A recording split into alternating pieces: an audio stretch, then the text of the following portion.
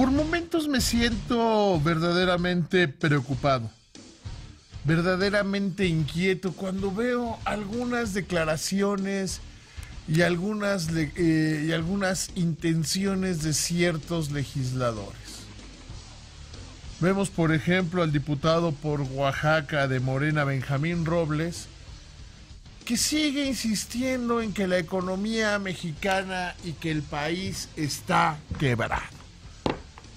Y que además es necesario modificar la ley de Banco de México y utilizar las reservas para sacar al país de la quiebra. Preocupante, muy preocupante que un legislador pueda hacer esas declaraciones. Y déjeme decirle por qué. Como nunca en la historia, México tiene reservas internacionales, más de 173,000 millones de dólares. Y lo que propone es usar las reservas para sacar al país de la bancarrota. ¿Qué se puede hacer con 173,000 millones de dólares? Podríamos financiar proyectos que no van a ninguna. Pero no queremos proyectos. Parecería que el próximo gobierno no quiere proyectos más que unos pocos. Hay las declaraciones de quien será o quien está postulado como secretario de Turismo, Torruco, que pues, parece que se opone a los desarrollos turísticos y al empleo que generan. El problema no son los desarrollos turísticos, es cómo llega la riqueza a las personas. Déjeme ponérselo desde otro punto de vista. Vaya a Cuba y pregúntele a la gente que vive del turismo cómo vive y a la gente que vive del gobierno cómo vive. Cuando uno está en Cuba sabe que existe una buena posibilidad de contratar a un taxista que tenga doctorado en Derecho. Hay un gran taxista que si usted va a Cuba yo se lo recomiendo muchísimo. Que es doctor en Derecho. Y que sus hermanos son doctores en Derecho también. Y que trabajan en el gobierno y ganan el 10% que él. Y él dijo que había decidido dedicarse a taxista porque había más dinero. El turismo genera gran cantidad de ingresos para los locales. ¿Qué sería de muchos negocios locales si no existiera el turismo? Pues no sería nada bueno, no sé. Cuando el turismo se va, cuando el turismo se aleja, pues ahí mis amigos de Cancún, ¿cómo le dicen a septiembre? Septiembre, ¿no? Porque el turismo se va y no les va tan bien. El problema es que tenemos que disminuir el rezago entre la gente. Sí, pero ese es otro problema. Ese no se acaba igualando a todos en lo pobre. Eso se acaba generando más riquezas. Entonces Benjamín Robles propone cambiar el artículo 2 de Banco de México, usar las reservas. ¿Qué pasaría si se usan las reservas? Yo le puedo decir exactamente qué es lo que va a pasar. En el momento que se fracture la autonomía de Banco de México, se viven momentos como el que vivió hoy Argentina. No se tienen que ir muy lejos, no tienen que estudiar historia universal ni tomar grandes cursos. Quien diga que se puede vulnerar sin ningún efecto la autonomía de Banco de México, que vea lo que pasó en Argentina. El gobernador del Banco Central Argentino, que es un banco que tiene muchos menos espacios de autonomía que el nuestro, renuncia otra vez a 39 pesos por dólar, a 39 pesos por dólar. Y la crisis regresa porque los gobernadores de los bancos centrales deben ser confiables y de gran confianza para los mercados. Tomar las reservas de Banco de México sería dar un paso monumental en contra de la autonomía del Banco de México. 173,000 millones de dólares, los poco más de 173,000 millones de dólares que hay en las reservas del Instituto Emisor, no generarían riqueza, generarían un efecto contrario, generarían especulación. Si el señor diputado Robles y quienes creen que el señor diputado Robles tiene razón, leyeran un poco, entenderían cuál fue la razón de la crisis de 94.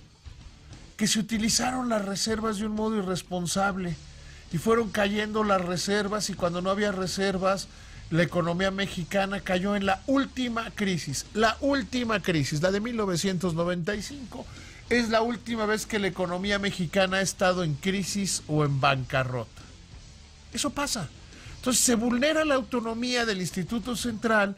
Lo que veremos es una crisis mayor, una crisis preocupante. Veremos cómo la economía cae y se desploma.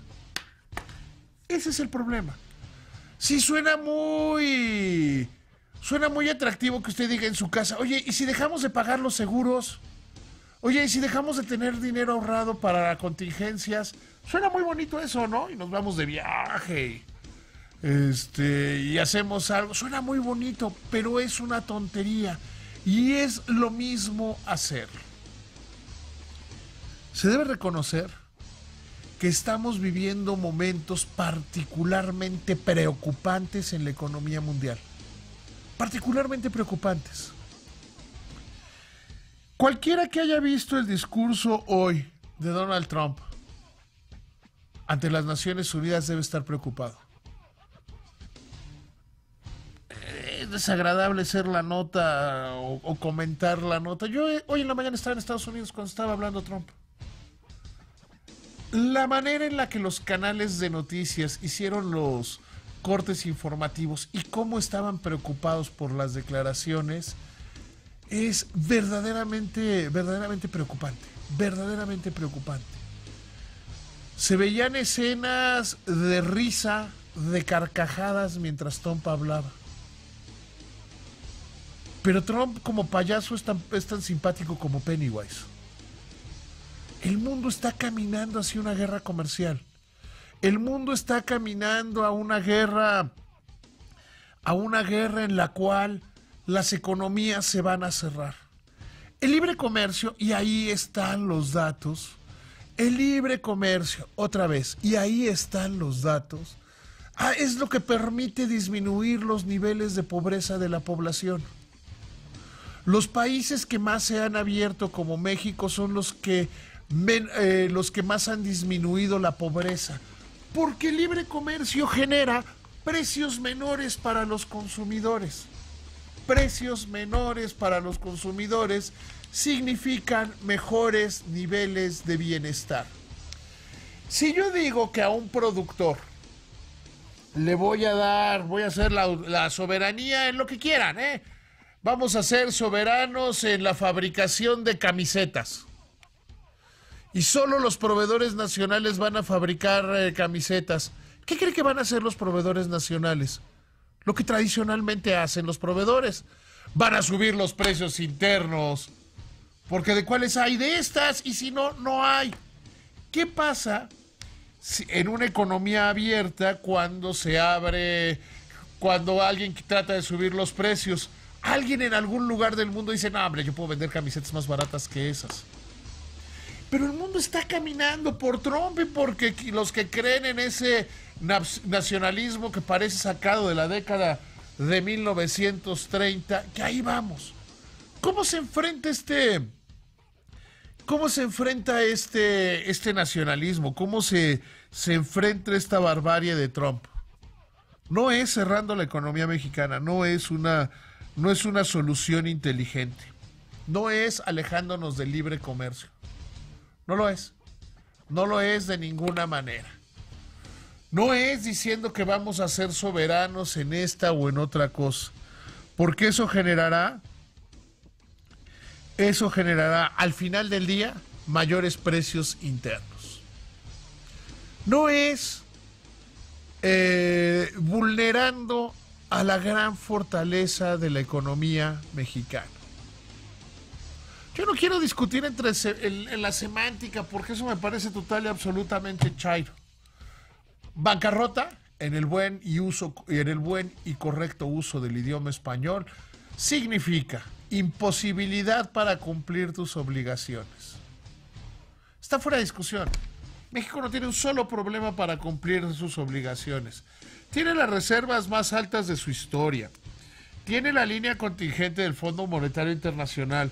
Las calificadoras de deuda, que son las que evalúan qué tan cerca o qué tan lejos estamos de una bancarrota, porque lo que miden es la probabilidad de pago oportuno de una economía, tienen los grados de calificación más alta. Entonces, lo que debemos hacer es perseverar en la fortaleza interna. Es fácil decir, si las cosas no salen es por los golpes del exterior. No, no es la realidad. ¿Qué tan fuertes o qué tan resilientes somos a los golpes del exterior? Déjeme planteárselo de alguna otra manera.